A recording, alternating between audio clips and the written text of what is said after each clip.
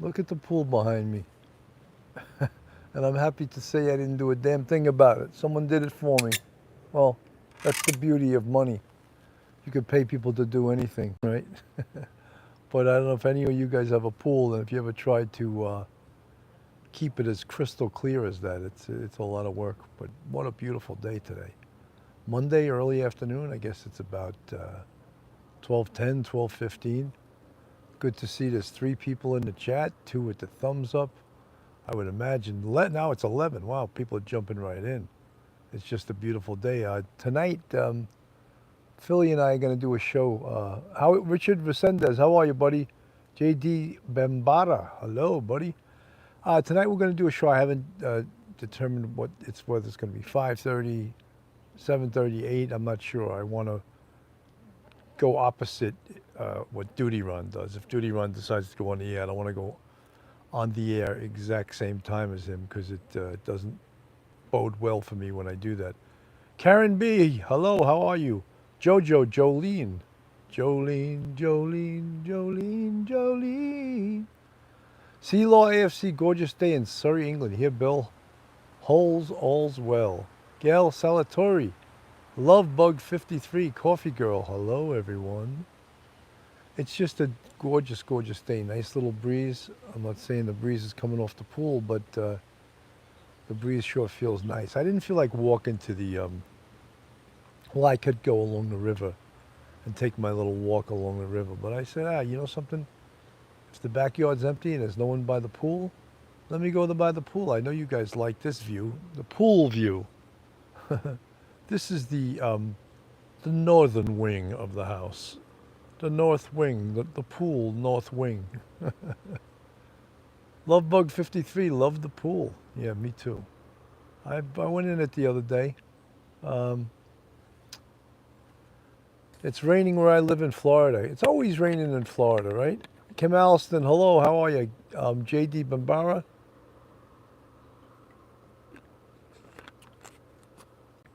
Yeah, it's Florida just rains unexplainedly and then it stops, right?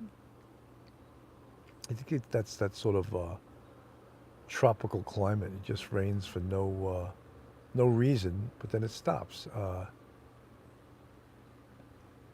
Coffee Girl says Texas is in the low hundreds right now. Wow. That's a little bit too hot. Dan 1, Wild Bill. 100 degrees. Wow. And no matter what people say, oh, but it's a dry 100. No, there's no such thing. Knitting Artisan. Hey, Bill, hello. I finally made it live. Glad to see you, Knitting Artisan. Glad to see.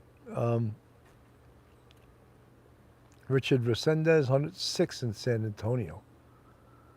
Those type of temperatures are just bad news, right? 106, 100. Imagine the power grid ever went down during that. I'm sure it does too, because it must get overloaded. But if you lost your AC, you'd be like baked inside your house, you know? Crazy. That's why they got to harness a lot of that solar energy. Jojo Jolene, we're supposed to hit 106 in Bakersfield, California. Wow. Coffee Girl, Richard, we were at 108 in spring yesterday. Wow.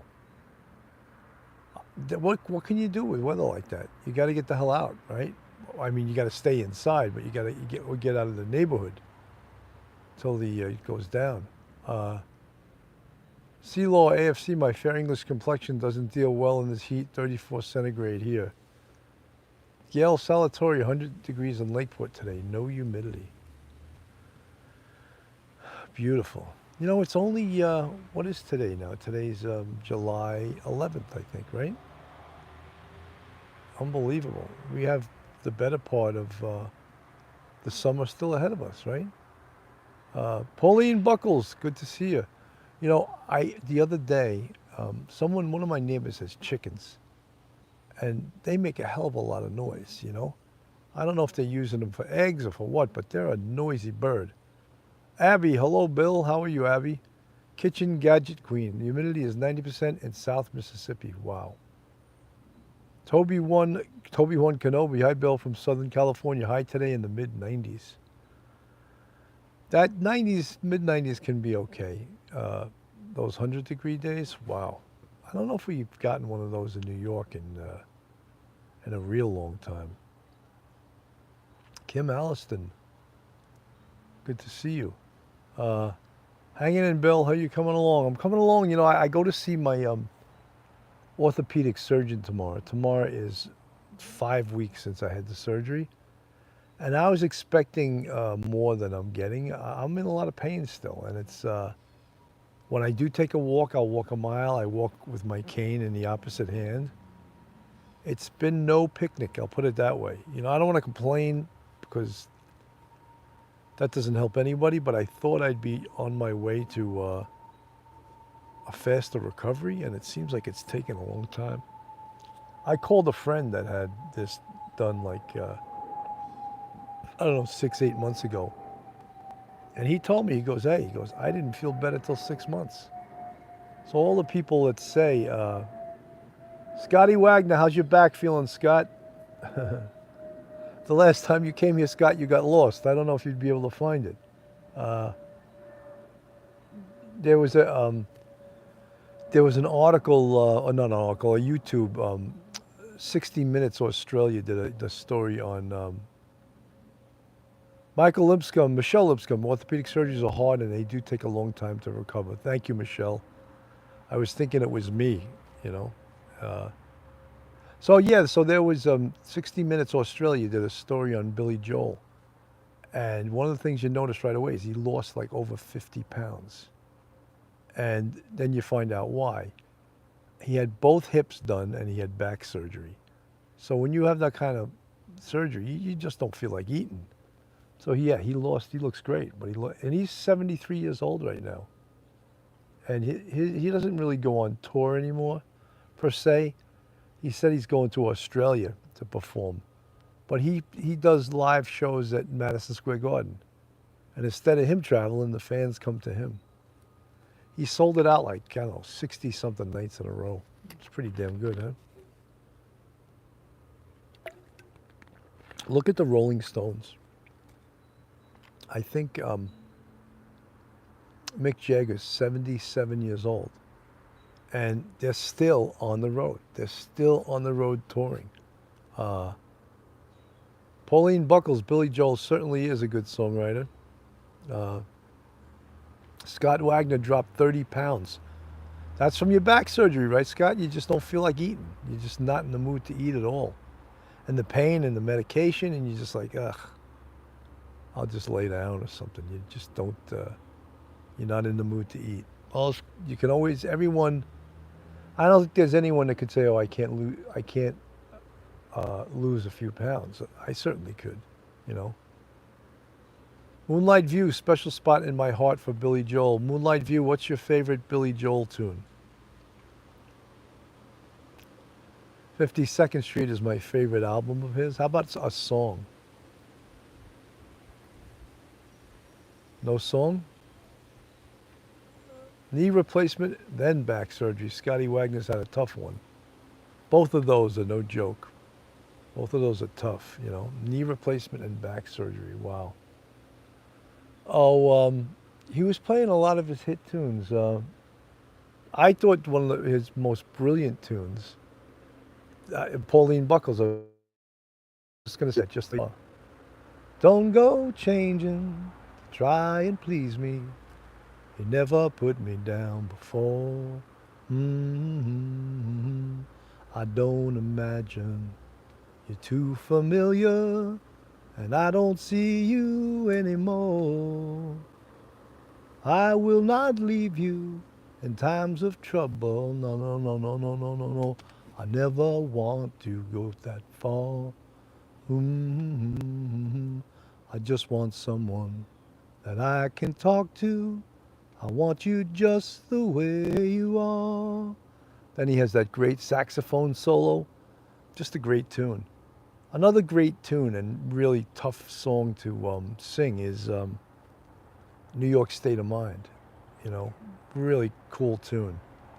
It's almost like a jazz standard, you know. But it goes up and down the register, and it's a very, very difficult song to sing. What else? Well, the old favorites, Piano Man, the song Piano Man. What a sing-along that is. You can't get a song that's more of a sing-along than the song Piano Man, right? Sing us a song, you're the piano man. Sing us a song tonight. Well, we're all in the mood for a melody, and you got us feeling all right. And it tells a pretty cool story, you know. Thought that's pretty cool. New York State of Mind, after all. Yeah, great, great tune. You know who probably would have sang that? And I don't know if he ever did, but would have did it a great justice is Frank Sinatra. He may have sang it. I'm not sure. Because that's one of Billy Joel's older tunes. New York State of Mind. Wow. How about for you old-time Billy Joel tunes? Remember that tune, Captain Jack? Captain Jack will get you high tonight and take you to your special island. Yes, Captain Jack will get you high tonight. Just a little hope and you'll be smiling. That was a pretty good tune. Billy Joel had, I think he's written over 100 tunes. I heard that stupid chicken. You hear that chicken scream? I sing all over. You gotta, you gotta remember the words. A lot of the tunes that you sung years ago, you forget the words, you know? You forget the words. I bet you rock and roll stars, when they play their old tunes, they have the teleprompter way out in the audience so that if they forget the words, they can just read them from the teleprompter, right? What's wrong with that? You think Mick Jagger remembers every damn word from all the Rolling Stones tunes? I don't think so.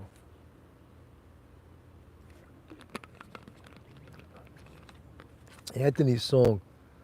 And working too hard will give you a heart attack. You ought to know by now. Who needs a house out in Hackensack if that's all you get for your money?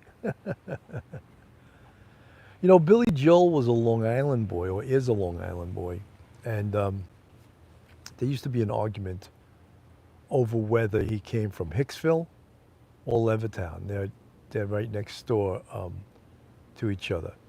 And Billy Joel actually went to Hicksville High School, didn't graduate. So I think that sort of settles the argument.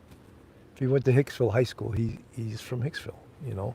But he always liked to put that Levittown moniker on himself, because Levittown's like that tougher town, like a lot of tough guys in Levittown.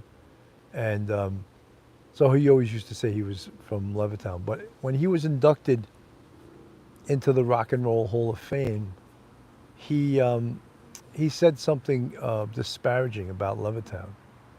So people from Levittown don't want him anymore.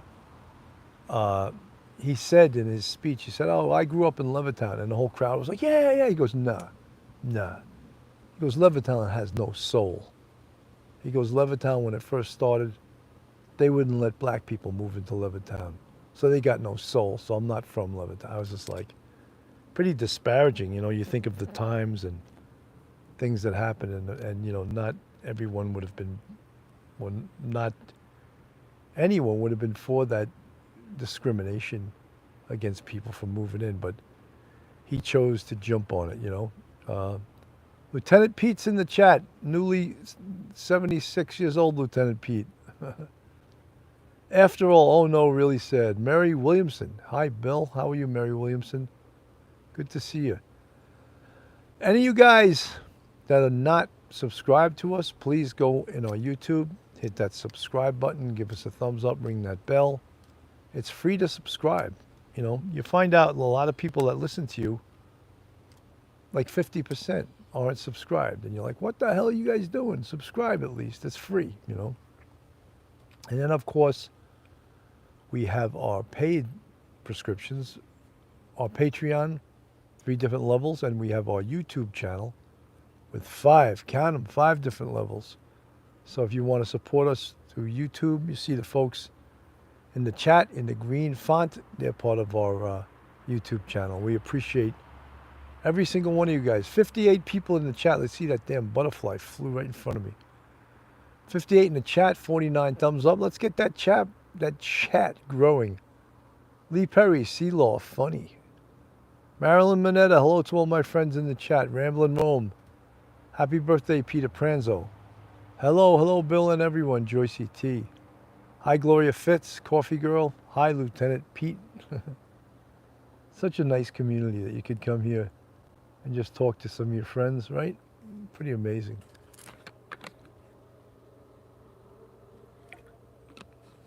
No, the pool's about 6 feet away from me. I'm sitting on top of a deck that's about 6 feet high. Excuse me, 6 inches high. So I'm only, say, 6 inches high off the ground and about 6 feet away from the pool. Don't worry, I won't fall in. You mowed? Yeah, my hair's been mowed. Gloria Fritz, Abby, it's lovely. Oh, wouldn't it be lovely? Lovely, lovely, lovely, lovely. Lots of chocolates for me to eat. Was that from My Fair Lady? I don't even know where that tune came from. Gloria Fritz, Kim Alston, hi there. 61 in the chat and it keeps growing. Let's get that chat to 100. That's always my goal. Every coffee with Cannon, backyard beverage, bullshitting with Bill, whatever you want to say. My goal's 100, at least 100, you know. Yesterday we reached like 125, I think. C-Law, have you missed having the odd glass of red to it?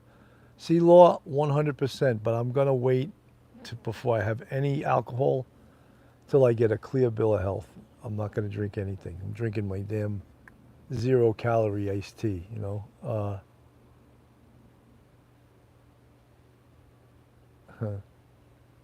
Lee Perry, Sundown Farms. Hello, Bill. How are you? Coffee Girl, that probably should be my handle. Joycey T, what's the depth in the pool? At the deepest part, the pool is about, I think, 8 feet deep. It's not, I mean, right here, it's only like 3 feet. Then it gets progressively deeper. But I think the maximum depth is about 8 feet deep. So you can dive in from the other end. But, you know, these pools, you never know how deep a pool is. So no, you never dive straight down, right? If you're going to dive, you skim across the top. This way, you'll never, ever get hurt. You know how many people break their neck diving in pools? That's the #1 cause of spinal cord injuries, is diving in shallow pools. Hate to break that news to you, but it happens to be true, you know. Moonlight View, and then watch out, Cabernet, here we come. Yes. One of my favorite pastimes is sitting by an intracoastal, doesn't matter which one, having a glass of red wine and just watch the boats go by. I even watch anyone who watch on YouTube, they have the Haulover Inlet from Miami. It's really like a rough inlet. And huge boats, or wealthy people with boats, go through this inlet. And sometimes it's so rough that these boats get capsized. And you would think if you saw how rough it was, maybe you would turn the hell around before you reach the inlet, before you reach the ocean part. Maybe you shouldn't go in, you know, but people still do. I saw a girl get jettisoned off the front of the boat, holding her phone in the air. And she goes under and she's holding her phone up in the air so it doesn't get wet. So sacrifice your life for your phone. That's the moral of that story, right? So tonight I haven't come up with the time yet, but Phil and I are going to go on tonight, talk about active shooters, talk about some of the the progression in the cases that we've been covering. Maybe touch upon Uvalde again, touch upon the shooting near Chicago. Just there's so much to discuss with this stuff. I think there was an active shooting in South Africa, Soweto, South Africa overnight.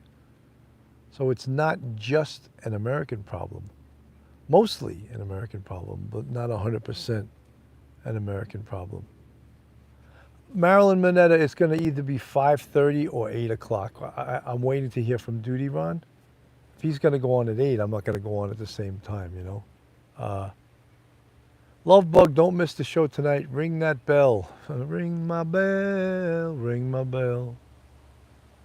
Sundown Farms, hot day in Kansas, 98 for the high. I'm definitely swimming today. Cool. Kim Alston, agree, Pauline Buckles. 71 in the chat, we're climbing that ladder. So it's funny, my son's back in Denver. He works remotely, his company. And my other son is in New York City, and he works as a film editor. And he just got a new job, and my kids are doing good. That makes me happy. They're both gainfully employed. They're not saying, hey, Dad, could you hit me up with some coin, you know? They're taking care of themselves. And all parents want to help their kids when they can, right? Both financially and spiritually and mentally and all of that stuff, right? We all do it, right? Lovebug53, that's great, Bill. Yeah, I'm happy about it, you know. We all want to help our kids, and we all wish our kids do well, right? After all, I saw an old POT video with Sammy Gravano. Loved it. Do you feel the villains now are worse with drugs, Sergeant Bill? You know, I was a little, when we interviewed Sammy the Bull Gravano, I was a little like this on it, because we were told by a lot of people, oh, you guys are glorifying gangsters, you're glorifying criminals, blah, blah, blah, blah, blah. And then I realized when I looked back at my police career, that's all we ever did was interview criminals, you know? And I actually got, when we interviewed Sammy the Bull, I actually got to like the guy. He was sort of a character, you know? I don't idolize his life or try to show that his life was something that it wasn't. Yeah, he was a killer. He was a gangster. And that's who he'll always be. But that doesn't mean I have to hate the guy, right? I thought we had a really good show with him. Also had Joe Pistone on, the famous FBI agent, Joe Pistone, a.k.a. Donnie Brasco, right? Brilliant guest. I'm having the two guys on, I can't remember the name right now, on the 20th of July. They're from the show Narcos on Netflix. The two ATF agents that put away the top drug dealers in the world. They're coming on. That should be a pretty interesting show. Maybe we'll even talk about the border now. After all, I thought Sammy was cool and admitted to killing, but he changed to help others. Yeah. Jimmy Calandra, too. Jimmy Calandra was a gangster. Now he's changed his ways. He's trying to help people, you know. Flipping the script, as they say, right? Changing up. Preaching to the kids, saying, look, this life of crime is no life, but it was my life. And it's no life for anybody else, you know. Sergeant George Ishag, same with John Gotti, yeah. All these folks, you know, when you realize like a lot of these mobsters, they spend more than half their life in prison. When you do that, how good a life did you have, you know? Is that part of the price to pay for being a criminal? Then crime doesn't pay, right? Crime does not pay. Crime is horrible if you got to spend half your life in prison. If you've ever been in a prison, it's a horrible place, you know. Trish Norman, I like hearing about the life. A lot of regrets there. Absolutely. You know, the life is not a life is not a good life. It's a horrible life, you know. Imagine your loved ones visiting you in a cage. You're in a cage like some animal, you know. And that's where you live for some of these guys, 10, 15, 20 years, 25 years. Could you imagine that? Living that life? Living in a cage? Nah, no thank you. No gangster life is worth that, right? Lovebug53, have you written a book, Bill? No, I have not, Lovebug53. One of these days, I got so many good stories. I could put together all these stories and in some way cohesively, you put it together at the end and it makes an interesting story, you know? Or you can get a ghostwriter. That costs a lot of money. Michelle McPhee, who wrote the book on the Boston Marathon, she's a pretty damn good writer, you know? I think she's written like 9 novels. Pretty cool, huh? So you guys see the pool? I'll give a little jaunt around the yard there. See the deck over there? Go slowly. There's me again. You can see the pool again. So we had 80 in the chat. What happened? Now we're sinking back down. Sergeant George Ishak, I used to go on a field trip to San Quentin. Ugh, San Quentin. J.D. Stolly, stories from off the cuff. That's right. After all, I thought the Godfather was, the Mafia was like the Godfather. Where are you go to? Have a good day, Ramblin'. Pauline Buckles, beautiful house, grounds, and pool. Thank you. Thank you so much. Guys like my sexy pool. It is a great pool. I never put my pool down, that's for sure.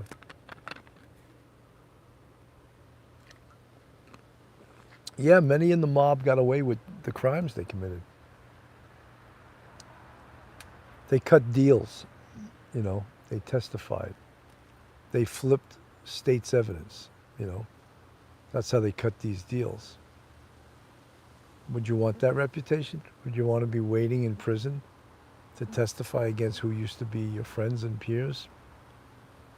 It's an ugly life. It's an ugly, ugly life.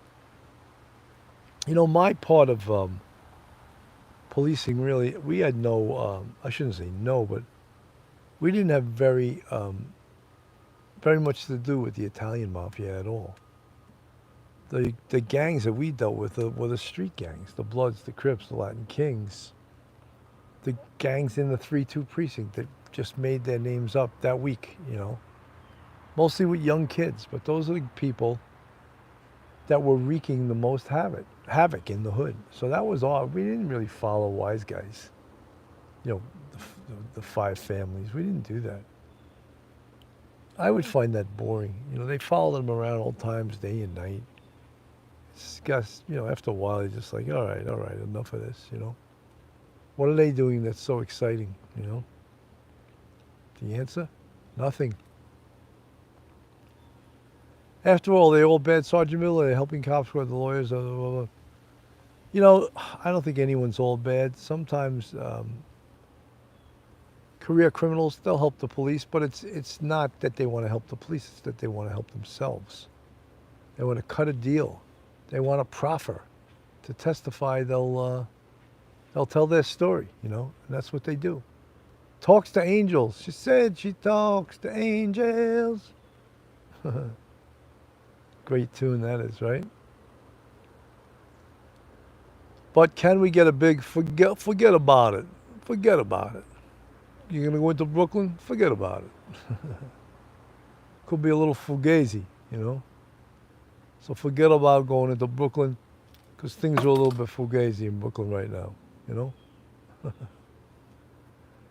Wow. I still see Bob Starkman on YouTube all the time. The famous college basketball coach. He's like best friends with Joe Pistone. And he's all over Florida all the time. Actually, he travels a lot. Perfect, got me in stitches. Snitches get stitches. That's the other one. You want a rat? Snitches get stitches. What is Fugazi? Come on, you didn't know what Fugazi means? Fugazi just means a little suspect. It's a little suspicious. It's Fugazi. It's a fake. That's another way it's used. The word and the expression is used in many ways. That's a Fugazi diamond, meaning it's a fake diamond, right? It's a Fugazi. How do you know it's a Fugazi? Because I know diamonds. I look at the diamonds of Fugazi. It ain't worth shit. That was how Donnie Brasco met, who's the other actor played by Al Pacino. That's how he met Al Pacino's character. And they built a friendship. Abby, cool. You looked at it for 5 seconds. How do you know it's a Fugazi? I know. Lefty, that's right. Lefty Ruggiero. Lefty. Nikki Bella. Hey, Bill, how are you, Nikki Bella? Good to see you. America True Time, did you ever use FUBAR? No, that wasn't one of my... FUBAR wasn't... I know it's a word, but it wasn't one of my words. We would say when there was a huge situation, we'd say, oh, that's a Megillah. like Magilla Gorilla, you know, a Magilla. What else? We'd use a lot of copper terms, you know. It's a Magilla. It's a shit show. That's another one. Oh, this is a shit show, you know.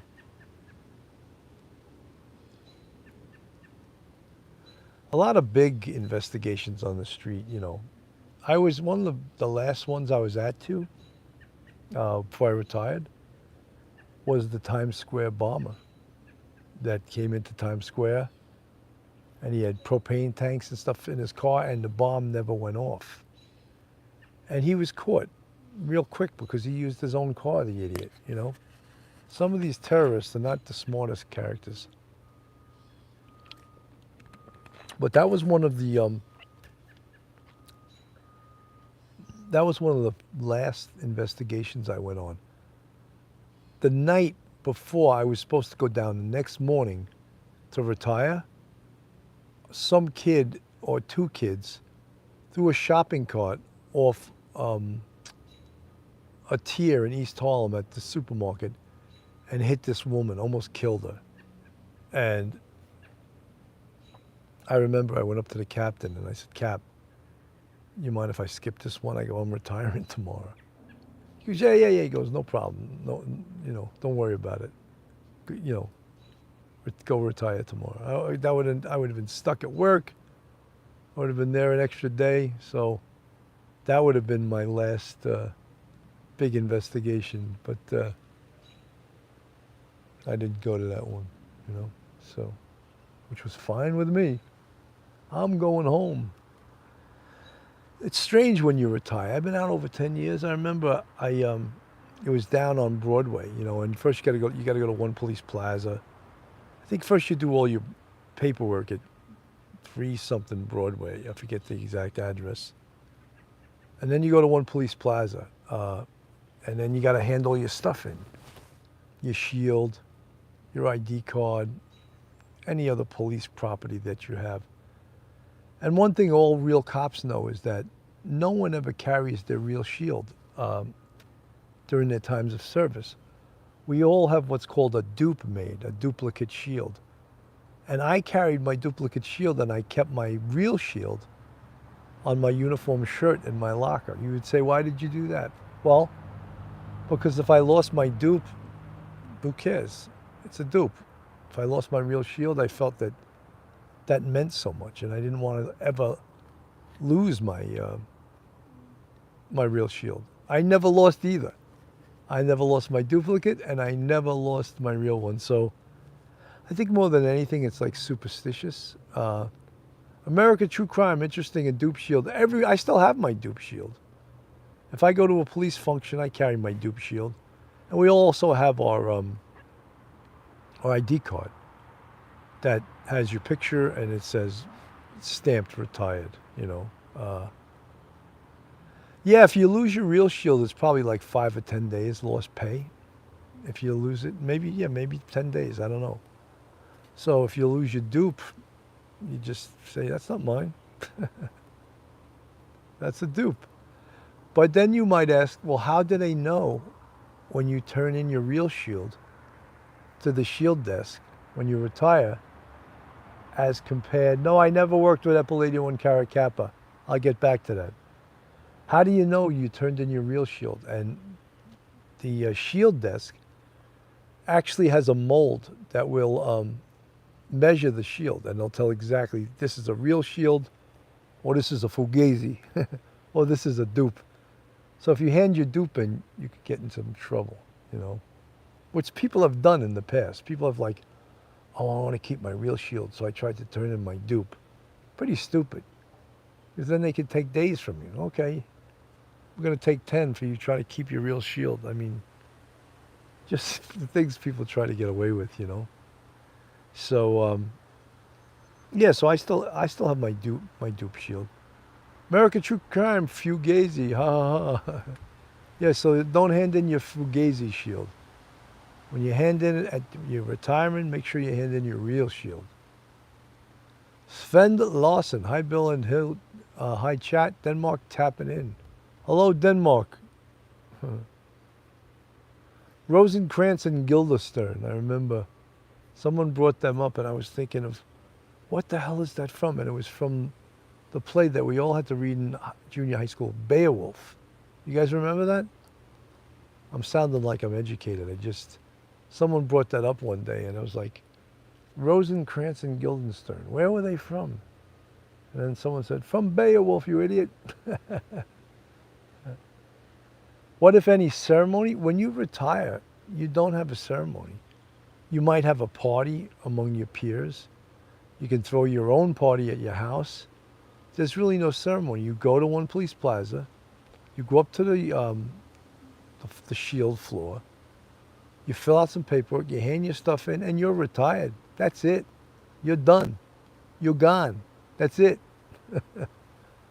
I know, that sounds so anticlimactic, right? Oh, yes, I retired today. I just walked in, handed in my shield. And you have to hand your gun in at another time. Because although now they've been doing the right thing, they have a thing called HR 218, where you can be licensed to carry in any state in the union. If you get that ahead of time, you get to keep your gun. And as long as now you have to qualify once a year. When I retired, I had to have my guns invoiced, kept in the 3-2 precinct, and then I had to get a Westchester County carry permit, which is what I did. But it took me like 3 to 6 months to get my guns back. That's not right, right? Carried them for 27 years, and now, because I don't have the proper paperwork right then, I have to turn them in. That should be the city's problem, not mine, right?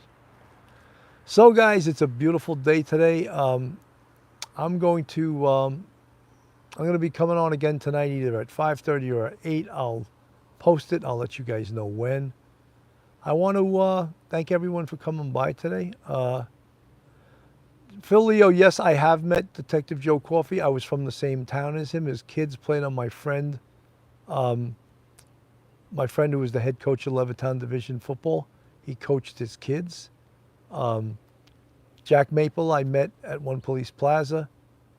Ippolito and Caracappa, I never met them. I never worked with them. They were a little bit, although I was on the job with them, they were a little bit not my contemporaries. So, so I don't know them.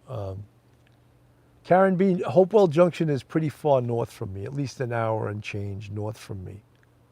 But it's in Dutchess County, I believe. Lovebug53, be safe and God bless everyone. American True Crimes, great stories. Abby, I have cousins in Levittown, PA. Well, I grew up in Levittown, Long Island. Same William Levitt, I think. So, guys, have a great day, and I'll see you later on today. God bless everyone.